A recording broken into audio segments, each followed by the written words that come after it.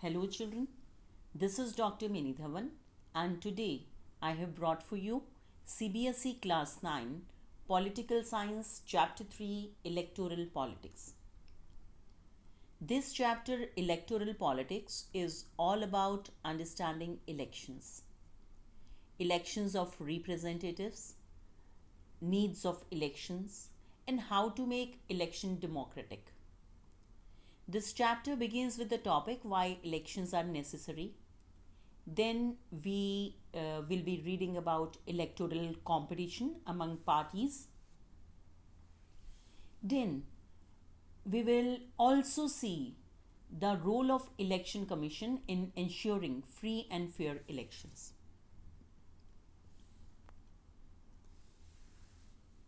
So the first question which comes to our mind is, what are elections? In a democracy, people do not govern directly. They govern through their elected representatives. Governing through elected representatives is the most common form of democracy. The mechanism or procedure by which people can choose their representatives at regular intervals and change whenever they want to, that is called an election. If people are not satisfied with the working of government, then they can change the government in the next term of election.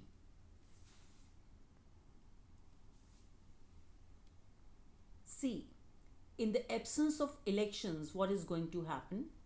All the people, they'll have to sit together, almost every day and take all the decisions.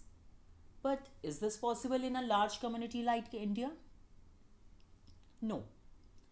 It is not possible for everyone to have the time and the knowledge to take decisions on all the matters.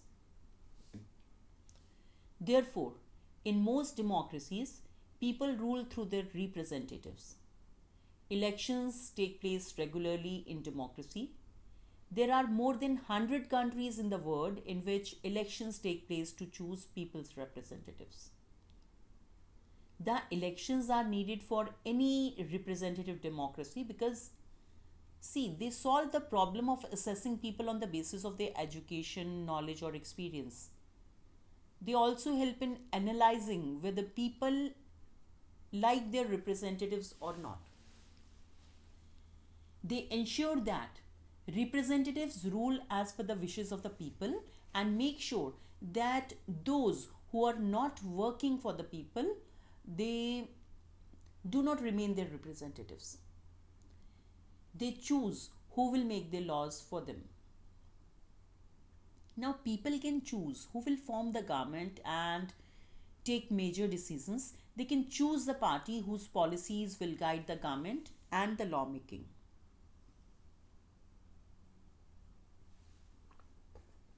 What makes an election democratic? Elections are held in democratic, countries, and many a times in some non-democratic countries also. But there are certain minimum conditions which makes a election democratic. Now, what are those conditions? Everyone should be able to choose their own representative. It means everyone should have one vote and every vote should have equal value. Parties and candidates should be free to contest elections and should offer some real choice to the voters. The choices should be offered at regular intervals. For that, election must be held regularly after a certain period of time. The candidate preferred by the people should get elected. Election should be conducted in a free and fair manner where people can choose as they really wish. These conditions are not followed in so many democratic nations.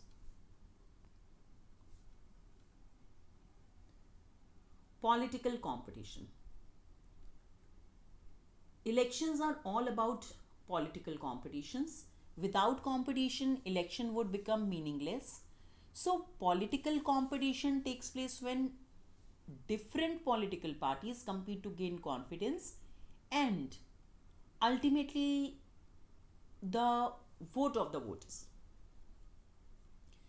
They make promises and also give incentive to motivate the voters. So, is it good to have political competition? Now, let's check its merits and its demerits. The electoral competition has many demerits. First, we'll be talking about demerits. In the name of party politics, many unwanted practices are followed. Parties they make allegations against each other of using dirty tricks to win elections.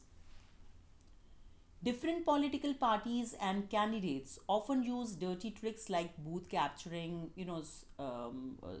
giving money to people to win elections. It creates a sense of factionalism, a groupism, disunity, and party politics in every locality. In the name of party politics, many unwanted practices, I have told you, they are being followed. The pressure to win electoral fights does not allow to form, useful long-term policies. The competition lead to the idea of being dragged into unhealthy competition. That is why the good people, they do not want to enter the they do not want to enter the political competition, neither they want to participate in that. Now, the election competition, it has some merits also. The competition, it takes various forms. At the constituency level, if you will see, it takes a form of competition among several candidates. There are reasons that support political competition as being good for the people. See, the major merits which are there of this electoral competition. See, if regular electoral competition will be there, it will be providing incentive to the political parties and to the leaders. If they can satisfy the voters with their work, they will be able to win again. Political parties know if they raise issues that people want to raise, their popularity and chances of victory will increase in the next elections.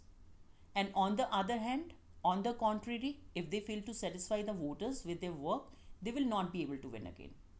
So, if a political party is motivated only by the desire to be in power, even then it will be forced to serve the people.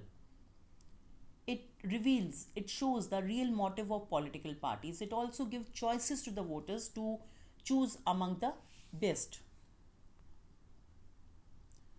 Now we will see what is the system of elections in India. Elections are held in India in Lok Sabha and Vidhan Sabha regularly after every 5 years. Lok Sabha is the lower house of the parliament and Vidhan Sabha is that is state legislative assembly. After 5 years, the term of all elected representatives, it comes to an end. Then elections are held in all the constituencies at the same time.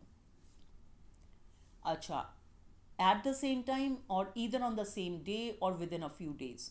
So this is called general elections. That is for the Lok Sabha. Sometimes elections are held only for one constituency or to fill the vacancy caused by death or the resignation of a member.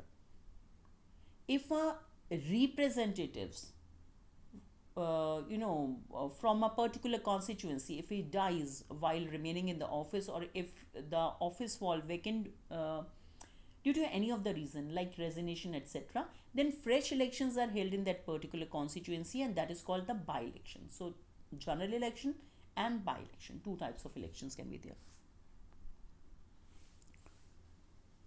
Now, electoral constituencies in India, area based system of representation is followed where the country is divided into different areas for the purpose of elections. These areas are called electoral constituencies. The voters who live in that area, they elect one representative.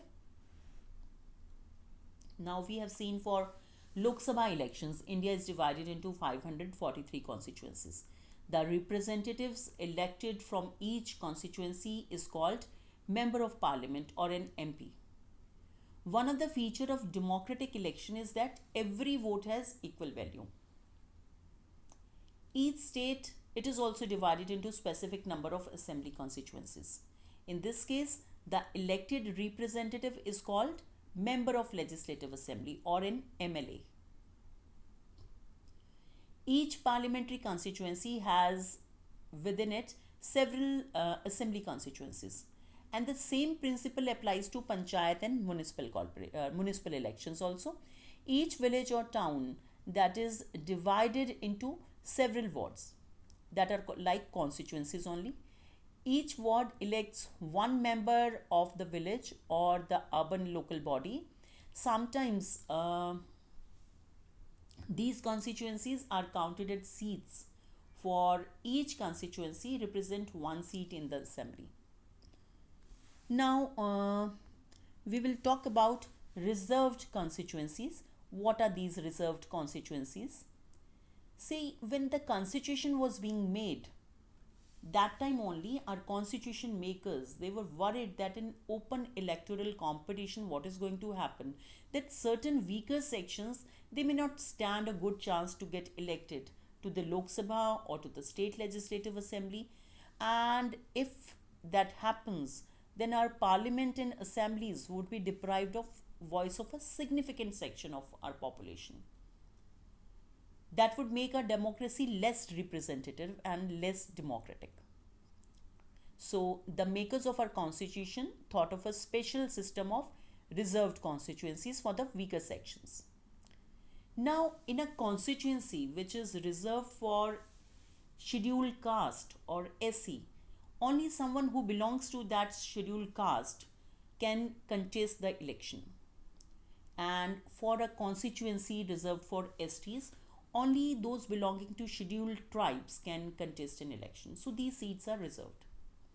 And reservation is in Lok Sabha also, it is on district level also, it is on local level also. In Lok Sabha, we have seen few seats in Lok Sabha are reserved for scheduled caste and scheduled tribes, SCs and STs.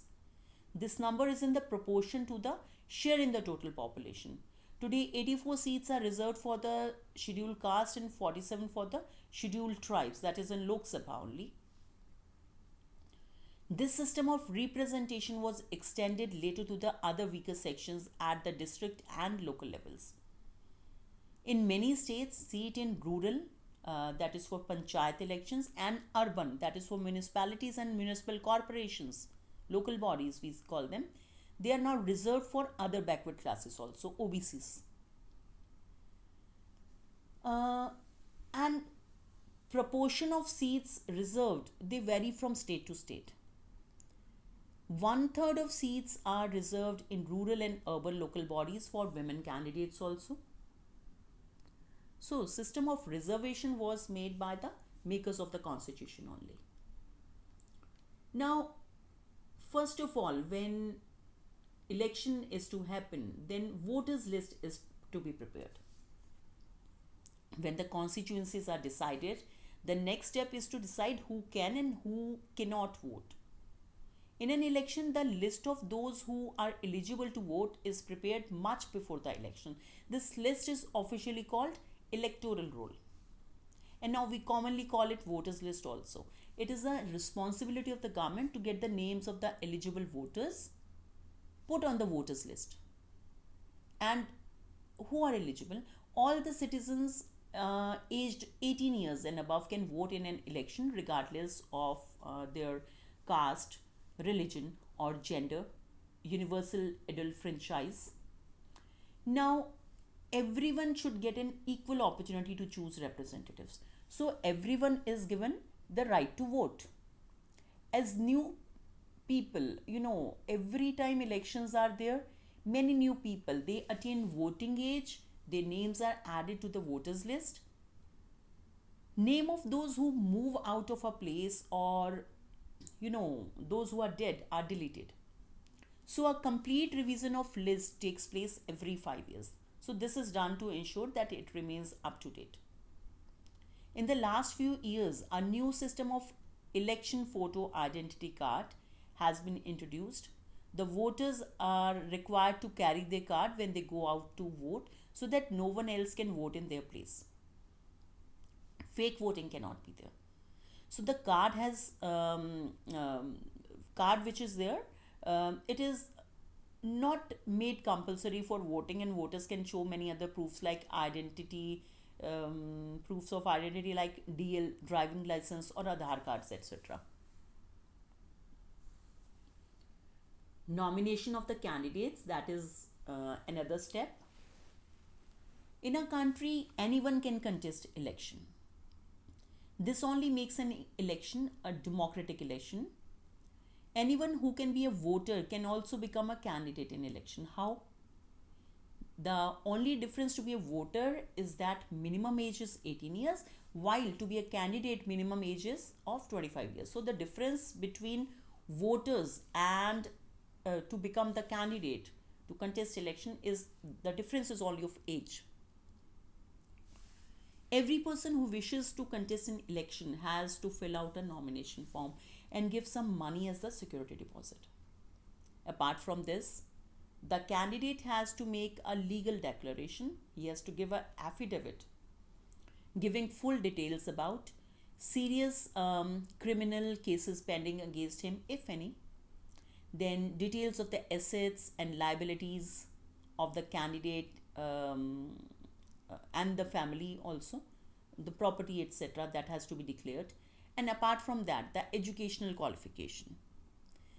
Although there is no educational qualification which is fixed for the candidate for being an MP or an MLA, the only relevant qualification for the candidate is to ability to understand the concerns, the problems of the people, and to represent people's interest. Only that is the qualification. So there is a reason why we have not placed any educational qualification.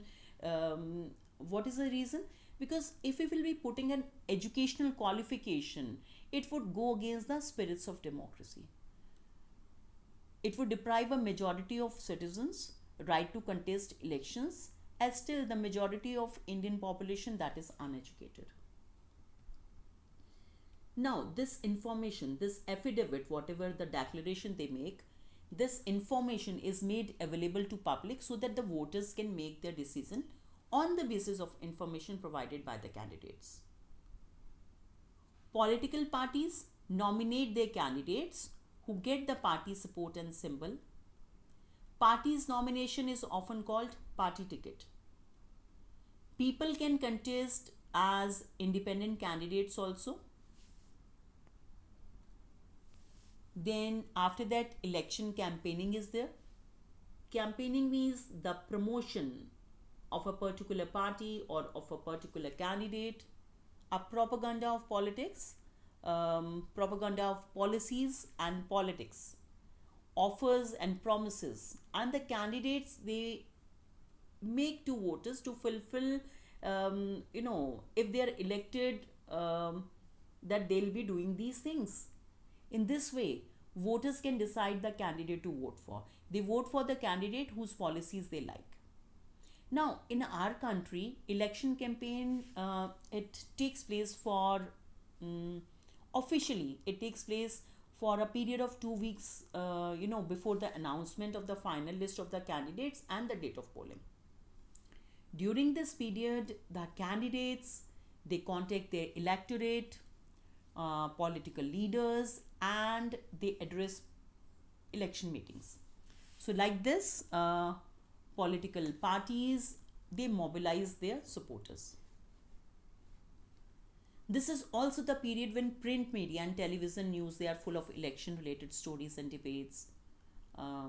Which party is having what agenda and which party is going to win. Polling is done, public opinions are there. So the election campaign is not limited to these 2 weeks only. Political parties, they start preparing for election months before they actually take place. They prepare their election manifestos. Now, election manifestos are, that is the agenda of that particular political party, that what it has done in the past 5 years and what it is going to do in the next tenure, next 5 years. So they basically give an outlay that these are the policies and programs of the party or of an individual person, and they are going to do this. So in election campaign, political parties, they try to focus public attention on certain big issues. They want to attract the people to that issue and get them to vote for their party on that particular basis. The election campaigns are conducted to have a free and fair, open discussion about who is better representative and which party will make a better government. The political parties, they try to allure people and give catchy slogans also. Let's discuss some of the slogans which have been given in past years, given by different political parties in various elections. Let's start from Garibi Hatao. This slogan was given by Congress party way in 1971 Lok Sabha elections. Garibi Hatao means remove poverty. And the party promised that it is going to redirect all the policies of the government to remove poverty from the country. But still, we can see that poverty is there in our country. It has not been removed. So it was basically, it tells that this was a slogan only. Then again, after that, in 1977, then there was a slogan given by the Janata Party, then Janata Party, Save Democracy. Because, Congress party led by Indira Gandhi, emergency was imposed in her times. So this party, they promised that they will be restoring the civil liberties. Whatever, excesses have been committed during the emergency, those will be rectified. Another slogan, let's take land to the tiller. Tiller means, farmer or the peasant. So land to the one who is going to till the land. So left front, they gave this slogan in West Bengal Assembly elections in 1977. Then one more we are going to take, that is protect the self-respect of Telugus. Telugus, you can easily relate. It is a language of Andhra Pradesh. So N.T. Rama Rao, he gave this slogan, the leader of Telugu Desam Party (TDP) in Andhra Pradesh Assembly elections in 1983. So these were the certain slogans which were given by different parties, certain catchy things which were given by different parties to ensure that people are attracted towards them, that people will be voting for them. Now, code of conduct. To regulate the election campaign, there are some election laws also. According to these laws, no party or candidate can bribe or threaten a voter. Nobody can appeal to them in the name of caste or religion. They cannot use government resources for election campaigns, and they can spend only 70 lakh rupees in constituency for a Lok Sabha election and rupees 28 lakh in assembly election. So recently this sum was increased by 10%, that was 77 lakh, now it is in Lok Sabha, and 30.8 lakh in state assembly election. If any party or candidate is found practicing any of the above, their election can be rejected by the court. Even after they have won the election, if it is proved, that can be, the candidature can be cancelled.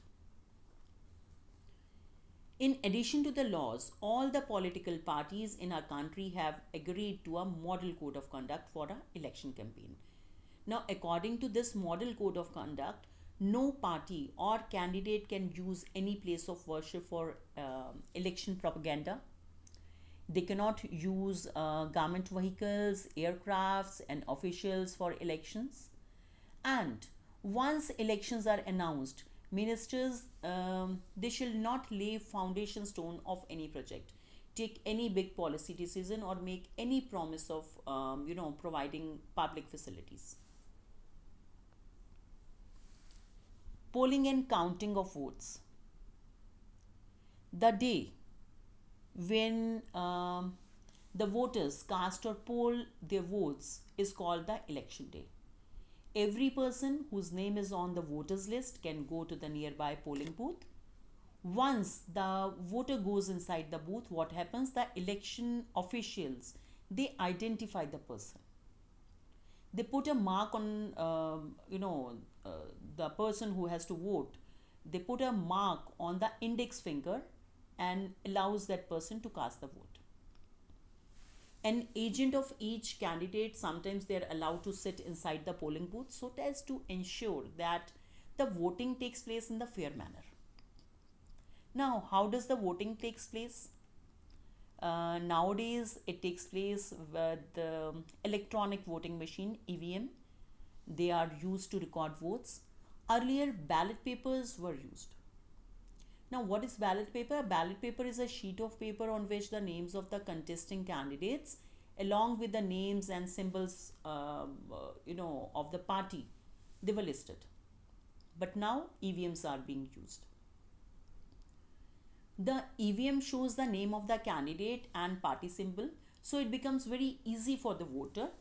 They have just to press the button against the name of the candidate whom they want to vote to.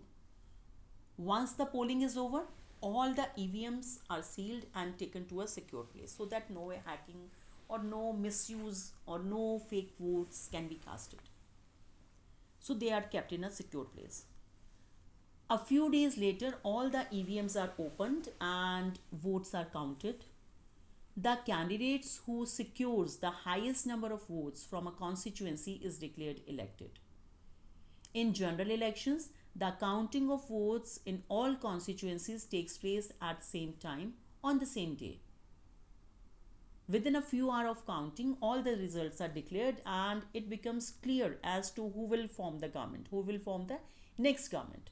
So this event is reported by television channels, radios and newspapers, that who has won, who has lost, which party has won by how many votes. So everything is being told on the TV channels and radios.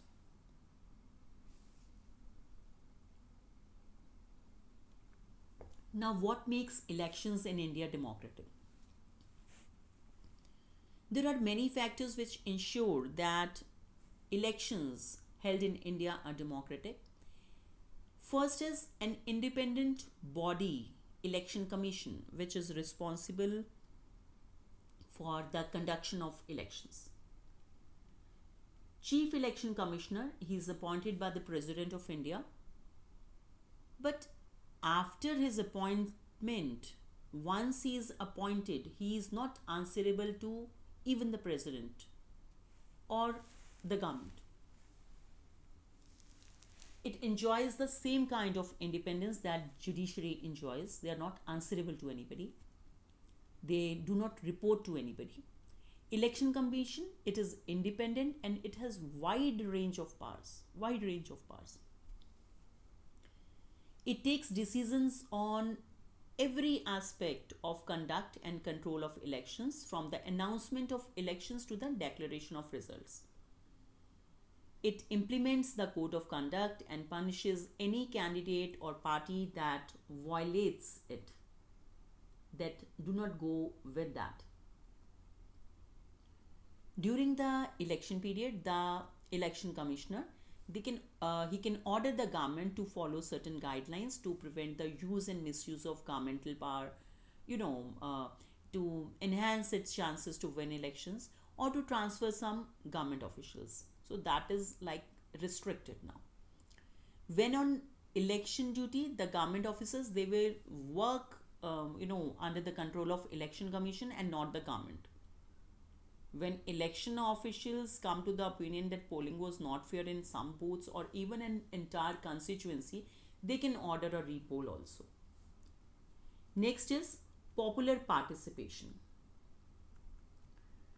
The participation in an election is another criteria or is another yardstick to check the quality of elections. If the election process is not free or fair, people will not continue to participate in the exercise. People's participation in the election is measured by the voter turnout figure. Turnout indicates the percent of eligible voters who actually cast their vote. In India, the poor, illiterate, and underprivileged, these people, they vote in a larger proportion as compared to the rich privileged sections, or as compared to even Western democracies. Common people in India feel that through election they can bring pressure on political parties to adopt policies and programs favorable to them. They can bring change. And the third thing which makes election democratic in India is the acceptance of election outcomes. The outcomes of India's election, it speaks for itself. If elections are not free or fair, the outcome always favors the powerful. In such situation, the ruling parties do not lose elections. Usually, losing party does not accept the outcome of a rigged election. One final test of free and fairness of election is the outcome of the election. We have seen that ruling parties routinely they have lost elections in India, even if they were like ruling in their earlier terms, both at the national and state levels. But it is not so in US and certain other democracies. Sitting elected representatives, they rarely lose an election. The electoral outcomes are usually accepted as people's verdict by the defeated party. Then certain challenges, they are also there. Basically, elections in India are free and fair, but many limitations and challenges to Indian elections are there. Now, first is that parties and independent candidates with a lot of money may not be sure of their victory, but they enjoy a big and unfair advantage over smaller parties and independents. Now, how that is done? Use of money and muscle power. Sometimes money is used to elude the voters. They are given sweets, they are given grains, they are given clothes, they are distributed liquor, and so on and so forth. And if that doesn't work, then use of muscle power can be there. Candidates with criminal connections have been able to turn out of the electoral race, that is to secure a ticket from major political parties due to the political connections.